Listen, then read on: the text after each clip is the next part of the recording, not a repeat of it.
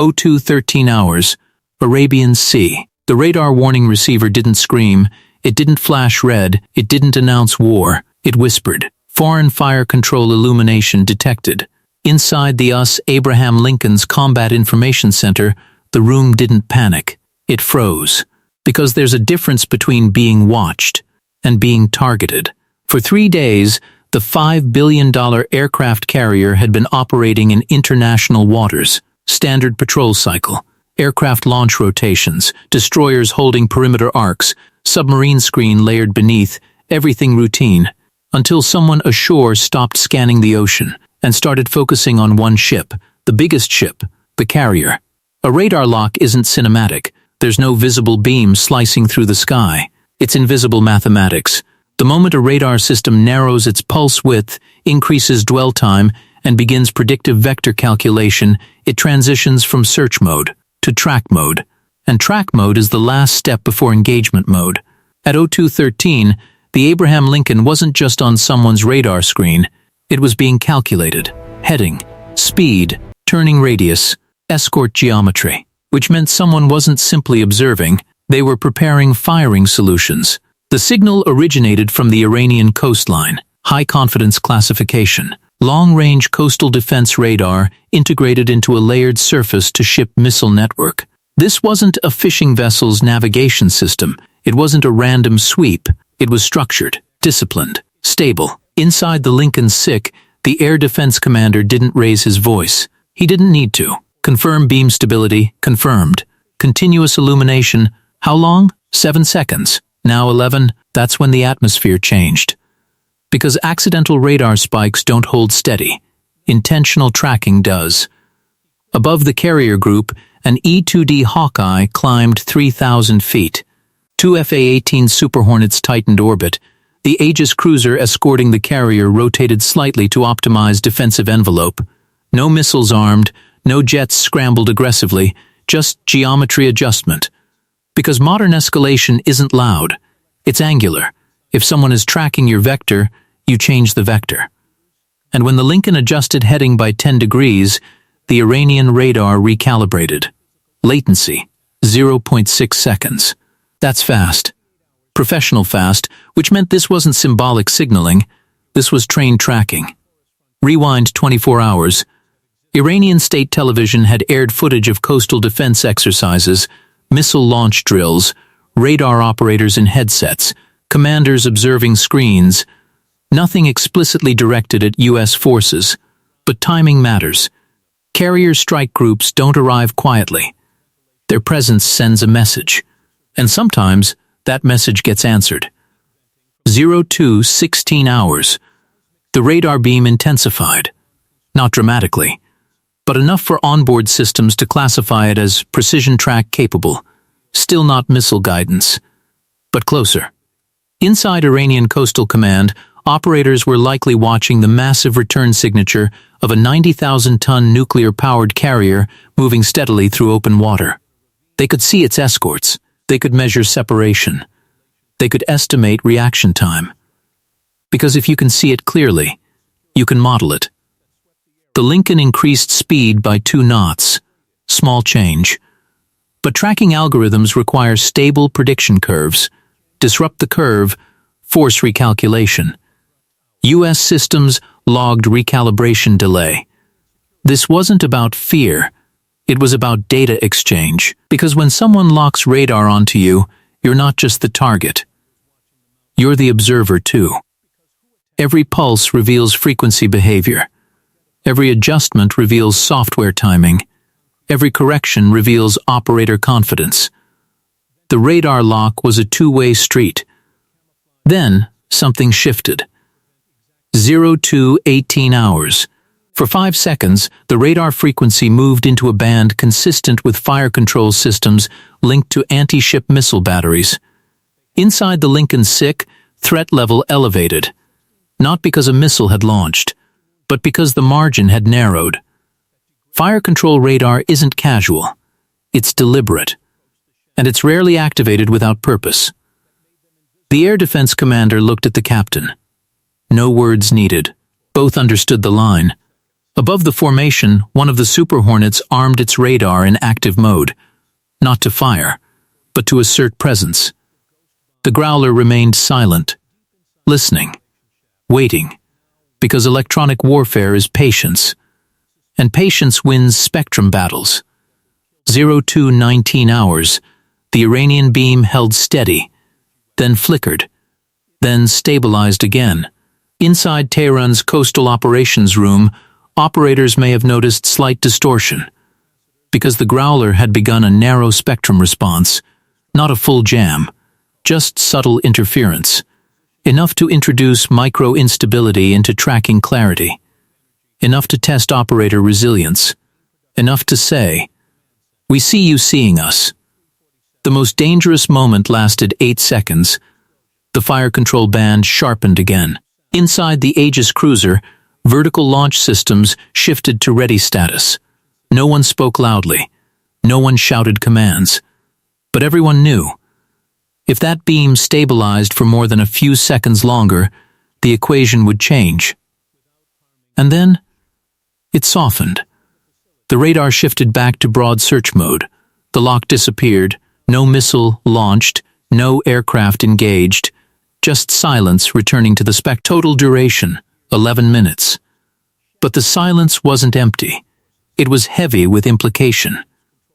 Because Tehran had just demonstrated refined tracking capability against the most powerful naval asset in the region. And the U.S. Navy had demonstrated calm counter-calibration without escalation. Both sides tested boundaries. Neither crossed them. By 02:25 hours, the Lincoln resumed standard course. Aircraft rotated back to patrol positions. Electronic logs archived signal fingerprints. The ocean looked unchanged. But under the surface of diplomacy and deterrence, something had shifted.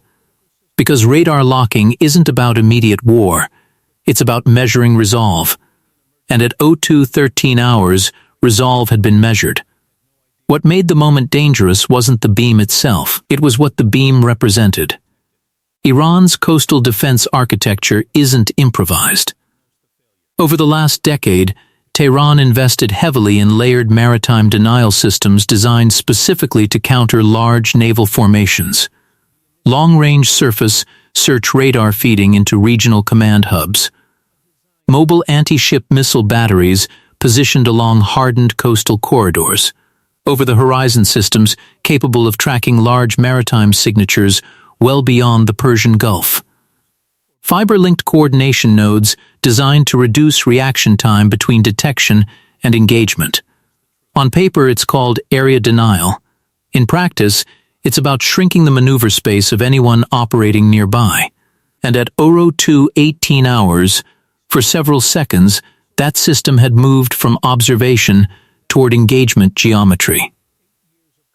Inside the Lincoln's Combat Information Center, analysis didn't stop when the lock faded. It intensified. Electronic warfare officers replayed signal traces in real time. The fire control spike wasn't random. It was structured. A narrow frequency band associated with systems capable of feeding targeting data directly into coastal anti-ship missile platforms. That doesn't mean missiles were seconds from launch, but it means the pipeline was tested. And pipelines don't get tested accidentally. Rewind 12 hours earlier. In Washington, briefings had already acknowledged heightened regional signaling. Carrier presence was deliberate. So was Iran's exercise cycle. Neither side wanted open war. But both sides wanted leverage. Leverage comes from perception. If Iran could demonstrate credible tracking of a U.S. carrier, it strengthens domestic messaging. If the U.S. Navy could demonstrate unshaken posture under illumination, it reinforces deterrence credibility. That night became a controlled experiment in leverage. Back at sea, the Growler escalated slightly. Still not full spectrum jamming, but a refined directional electronic pressure aimed at destabilizing predictive tracking loops. For a few seconds, Iranian radar compensation algorithms struggled. Inside the coastal station, operators likely saw minor return instability, not catastrophic. but enough to require manual correction. Manual correction introduces delay. Delay introduces uncertainty. And uncertainty is what carriers exploit. 02:22 hours. The Lincoln altered heading again. 6 degrees. Subtle. Measured. The destroyer on the eastern flank widened its arc. The cruiser shifted aft. The formation geometry changed just enough to complicate targeting models. Because anti-ship missile firing solutions depend on stable vector prediction. Disrupt the vector. Disrupt the confidence. The Iranian radar briefly re-centered on the carrier. But something had shifted. The beam no longer held the same steadiness. Tracking quality degraded slightly under layered electronic distortion. And that's when Tehran made its decision. Not to escalate further. Not to activate missile batteries. Not to sustain fire control intensity. The beam softened. Then widened. Then returned to broad maritime search sweep. The test was over. No missile plumes streaked upward. No aircraft scrambled across the sky. No explosions lit the horizon. But for 11 minutes, two military powers had stared at each other through invisible waves of energy. And both understood how close the line had been. Strategically, the implications were layered. Iran had demonstrated it could hold a carrier under refined radar tracking at range. The U.S. Navy had demonstrated that tracking does not equal vulnerability, because tracking is only one component of engagement: detection, identification, targeting, launch, mid-course guidance, terminal correction. Each step must function flawlessly, and when one side introduces electronic instability into that chain, confidence erodes. The most important development didn't occur on deck. It occurred in encrypted reports transmitted hours later. Signal latency benchmarks, operator correction timing, fire control spike duration, all logged, all studied. Because next time, if escalation moves beyond illumination, reaction time will be measured in seconds. And seconds matter. By sunrise, nothing looked different. Aircraft launched, deck crews signaled takeoffs, destroyers maintained perimeter spacing. The carrier continued steady course through international waters. Iranian radar arrays continued scanning the sea. Publicly, the event didn't exist. Privately, it altered planning on both sides. Inside Tehran's command structure, the radar log likely told a story of successful carrier illumination, stable acquisition, refined tracking, short fire control engagement test. From their perspective, deterrence messaging worked. From Washington's perspective, escalation was managed without loss of posture. Both narratives could exist simultaneously. That's the nature of gray zone confrontation. Modern naval warfare rarely begins with dramatic impact. It begins with spectrum dominance. Who controls the electromagnetic environment? Who manipulates timing? Who forces the other side into recalibration? At 02:13 hours, Iran attempted to assert control of the grid. At 02:22 hours, the carrier strike group subtly bent that grid back. And by 02:25 hours, both sides disengaged without public consequence. But disengagement doesn't erase memory. The next time a carrier enters those waters, Iranian radar operators will remember the distortion. The next time a coastal array intensifies its beam, U.S. electronic warfare crews will remember the spike duration. Confidence adjusts. Doctrine updates. Escalation thresholds shift slightly. That's how deterrence evolves. Not through war, through measurement. A $5 billion aircraft carrier isn't just steel and aircraft.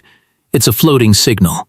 And when someone locks radar onto it, they're testing more than metal. They're testing reaction discipline, escalation tolerance, strategic patience. That night, discipline won. Because no one flinched, no one overreacted, no one miscalculated. The ocean remained dark. The spectrum returned to normal. But beneath the calm surface of geopolitics, a quiet lesson settled in. Illumination does not equal dominance. Tracking does not equal control. And a beam aimed at a carrier must survive the counterbeam. In contested waters, Power isn't proven by who fires first. It's proven by who can stare at the edge of escalation and step back deliberately. At 02:13 hours, Iran narrowed its radar beam. At 02:25 hours, it widened it again. Between those minutes lived the thin space where miscalculation could have ignited something larger. It didn't, and that restraint may have been the most strategic move of all. The carrier sailed on, the radar arrays kept spinning, deterrence held. But everyone watching the spectrum that night understood something critical. Before missiles fly, radars speak, and whoever masters the conversation shapes what happens next.